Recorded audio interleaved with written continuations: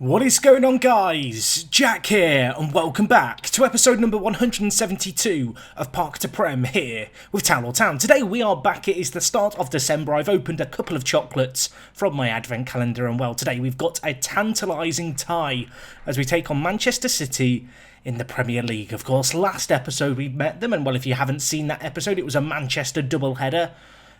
It went pretty well, and well, things have continued to go rather well, and well, this game against Man City is pretty significant just from a quick glance towards the league table. Yes, you can see here how things are slowly panning out, and it is indeed ourselves, Manchester City and Manchester United in hot pursuit. Meanwhile, oh dear Chelsea, I mean, has Lampard been sacked yet? He has not. The board are in the process of a takeover.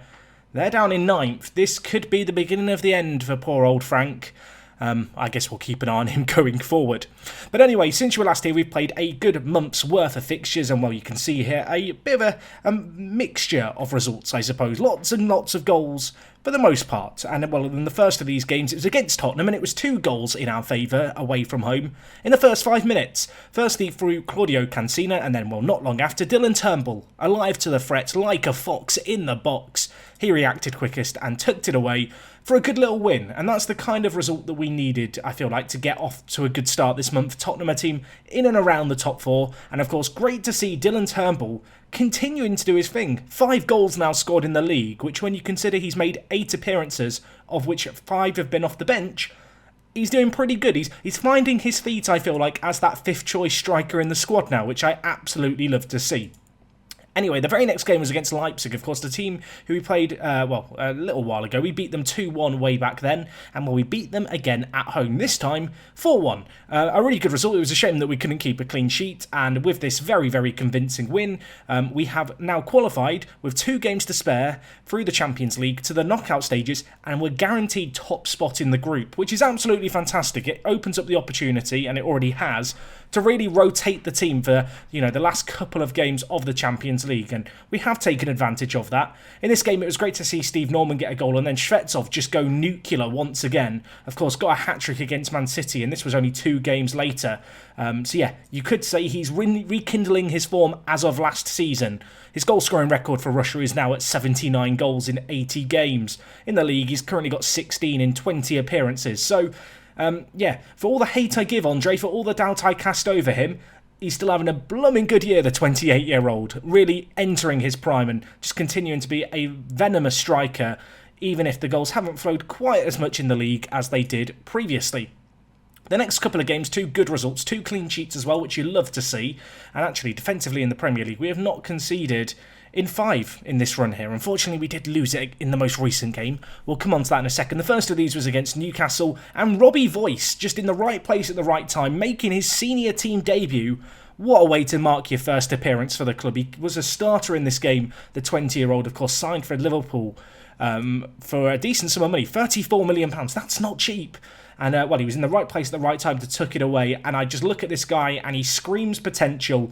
And I need to start giving him some more game time. And this Newcastle result really convinced me that he's ready to score in the big moment when we absolutely needed it. Was lovely to see. And well, in the next game against Birmingham, it was a little bit more cool, calm and collected. A 2-0 finish in this one. A semi-rotated team, which was good to see. In fact, throughout these results, you may have noticed a degree of rotation. But a clean sheet. Shvetsov scored a penalty early on. And then Mike Frost finally defying his goal-scoring duck. Well, not his goal-scoring duck, his goal-scoring drought to get his first goal in a little while, I suppose. It's just nice to see him get off the mark after a long drought. It's only his 3rd goal in the league. Still an incredible player, and I do feel like in many ways he's become a victim of the change in system. It's a system which obviously sees the goals spread thinner amongst our strikers, and as a result, he's not had the same effect I feel like he had in previous years. Anyway, the next game was against Red Star. It finished 7-1. We would be here until the cows come home if we were to watch this game, but let me tell you now, it was a very good performance, and Dylan Turnbull got a hat-trick, which you absolutely love to see. And well, most recently we took on West Brom, and oh my word, this game. They took the lead with 15 minutes left of the game. Cancina eventually scored for us to equalise. It was a bit of a scrappy goal in the end, but that really doesn't tell half the story of this game. It was absolutely insane. I don't know if I can even find the stats for this, but we had a ridiculous run of disallowed goals. And I mean, I don't even know if I can find it in this list of bits, but I mean, you can see here, event 79th minute, video showed a clear offside. We then scored again. Where's the next goal going to be? I'm looking for the words VAR. So VAR goal disallowed again in the 84th minute. And then we had another one disallowed a minute later. There were 3 goals disallowed before we eventually scored, and they all came in a 5-minute period after we conceded. It was absolutely madness. But we got the win. VAR did not win this battle. And, ultimately we retain and maintain the unbeaten run to the start of the season, which is obviously what we want to do here. I want to be going as unbeaten as we can. You can see in the league, 9 clean sheets for Morrigan is nuts. I don't think he's conceded more than a goal in a game right now. He's been absolutely top drawer indeed. You can see here, singular goals conceded against West Brom, Brighton, Sheffield United, Chelsea and Crystal Palace. Looking at the table, Sheffield United, a bit of a surprise package so far this year, as are Aston Villa. Still owned by their tycoon, they are rolling in money. Nico Roth is their key player, as you can see here. Their media prediction was 11th.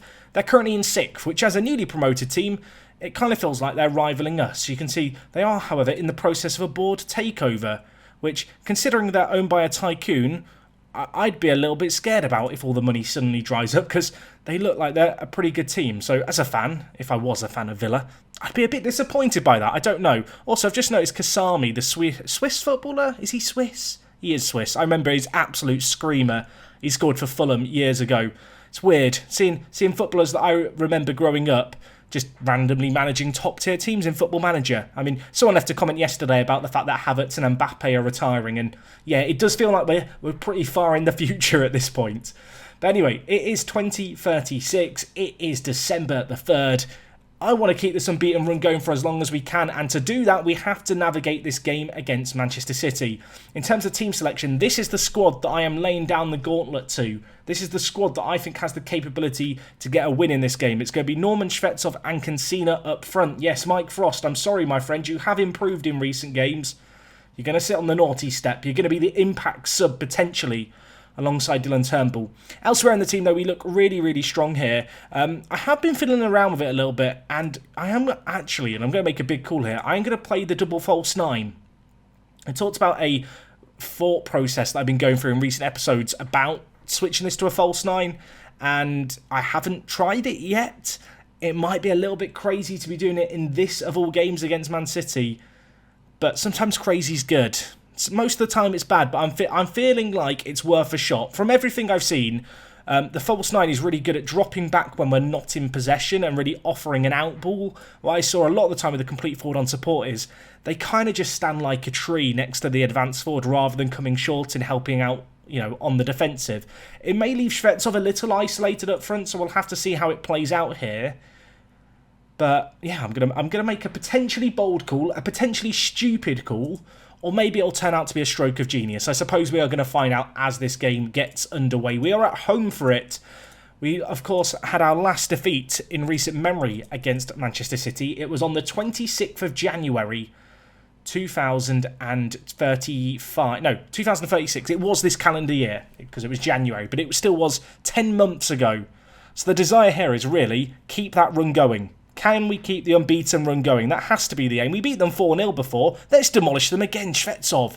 I thought he was about to get us off to a dream start inside the first 5 minutes. Unfortunately, his effort just going narrowly wide of the post. But, well, an early threatening start, which I suppose is all you can really ask for here. The ball now with Vincent inside to Norman. Vincent, what are you going to do, my friend? Little 1-2 against the defender. Puts it in near post. Shvetsov flicks it on. Oh my word. What an insane save. I think by the keeper there. Ultimately, Man City, in this opening spell, a little on the back foot perhaps would be an understatement to describe their start to this game. They are looking a little rattled. And I feel like it's time to get shouty. It's time to get the players on our side. Although they've got a throw in front of the gazebo. We need to be wary here. Herrera whip it in. Kamara's there. And we've been let off the hook. He's headed it against the woodwork. And we live to fight another day, I suppose. That's the first real opportunity of Man City. With 35 minutes gone, we are yet to see a goal yet for either team. I feel like when you look at the stats, we started out the better of the two teams, but as this game's progressed, Man City have grown into it, although there could be a chance here. Was Shvetsov fouled? We're going to VAR, and the VAR ref says it was a penalty. Max giving Shvetsov a shove in the back. And now a chance for Andre from the penalty spot. What can the Russian do? He steps up, he hits it, and he's completely missed the target. I'm fine. I may have just screamed into my hand slightly, but I feel better. Oh, he's missed another penalty. There is going to come a point where I have to take Andrei Shvetsov off penalties. I mean, he's got 16 penalty taking, 19 composure and 16 finishing. He's got really good attributes for a penalty taker. This isn't the Dylan Turnbull playing for England scenario. This is a player who legitimately... I mean, is he the best penalty taker in the team? Why can I not... Let's go to penalties here. I mean, yes. I'd say he is... Well, he is the best penalty taker in the team. He just doesn't like scoring. I feel like he's a bit too merciful, really. He wants to give Man City a bit of hope going into the second half. Let's crush that hope.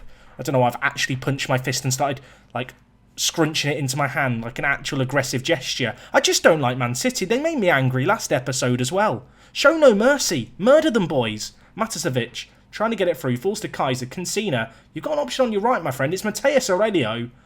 Is he going to be able to pull it across? He goes all the way back to Kaiser. Now back with Mateus. Whipped in. Shvetsov's there. And, well, there you go. He thinks, I'll miss the target on purpose for the penalty. Minute and a half into the second half. I'm going to just crush their hopes and dreams. That's what we wanted. Aurelio with the assist. Shvetsov, 17th goal of the season.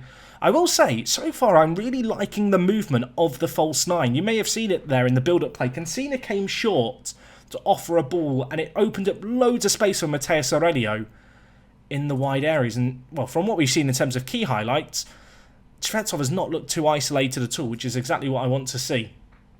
Anyway, Norman's not at the best of games, so I'll tell you what, we'll bring in Frost for him. Aurelio's on a booking, but he's playing well, so I'm going to give him the benefit of the doubt. We're going to bring in Remy Chalet, the Frenchman, play the Mazzala role. It's interesting, actually. Chalet and Andre, obviously, both on the bench for today's game. And in terms of what they offer, they're very, very similar players. Chalet's kind of the more attacking option, whereas Andre's the kind of more, I suppose, defensive option. Sounds like a boring comparison. I mean, you can see from the attribute comparison here, they're pretty similar. They're very, very similar in terms of their overall ability. They're kind of minor opposites of one another. Minor opposites. That's an oxymoron, isn't it? I guess, can you be a minor opposite? Does that make sense as a concept? I think you know what I mean. They're similar, but they're not the same. Anyway, Cesar's picked up a knock, so we're going to take him off. We'll give Craig Austin the minutes. Hopefully he's not going to balls it up, the 19-year-old English international, in the remaining minutes. I would love to get a second goal just to make us comfortable. Could we get it here? Cancina, Mateus Aurelio whipped in. Veliquez gets it clear. Bonus for us, Cancina. Matasevic has one long-range effort. Chalet, are you going to have an effort? No, Frost is. Vincent. Frost, against your former club. Show no mercy. Maybe he should be starting a few more games now. I feel like he's got back in his groove. He's going to enjoy that goal. Is that his first against Man City since he left them? I actually don't know. It may well be. If it is, that's amazing it's taken this long, but nevertheless, lovely to see him get it. Does a little chicken dance in celebration, and, well, this is certainly not the calibre of Man City team we took on in previous years. They are missing Havertz. They are missing Mbappe.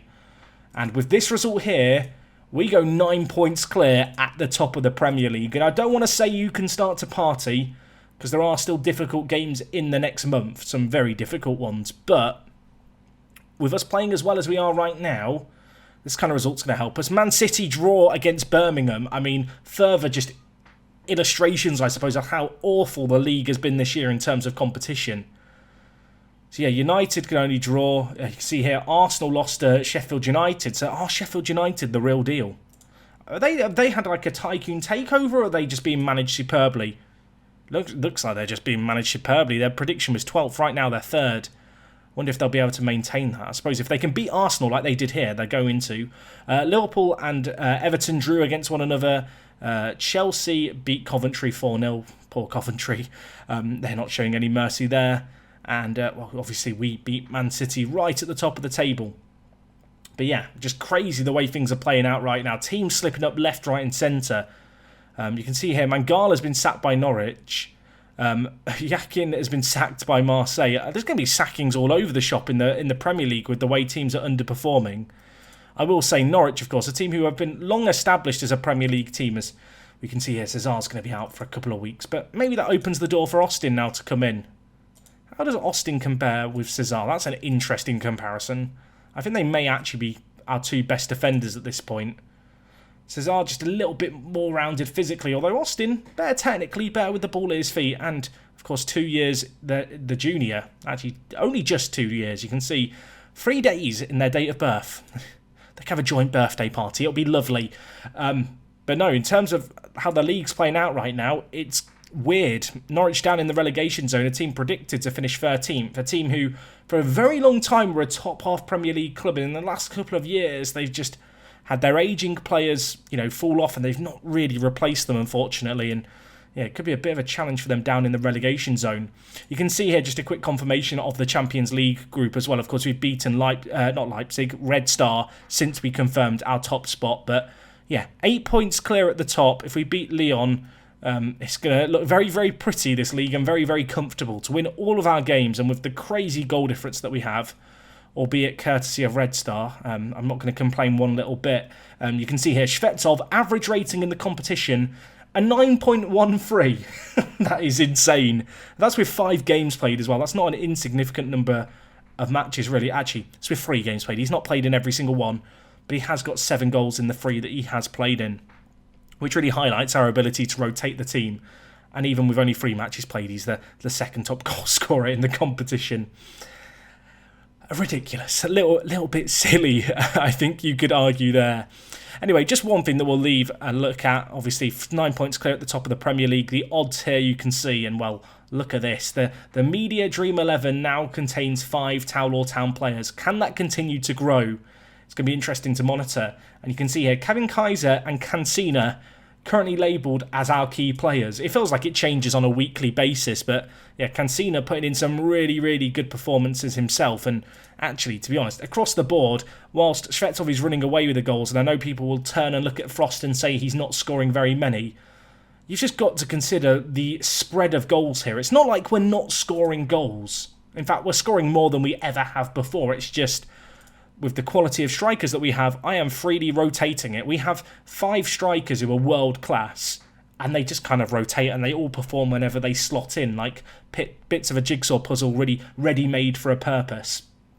But anyway, that's enough self-praise, patting myself on the back and being proud of my boys, but I really, really cannot stress how awesome we are playing right now. In terms of when we're going to be back next time, I don't think there's going to be an episode tomorrow. I will hold my hands up and apologise for that. But in terms of next time out, I think we may do a double header of West Ham and Manchester United.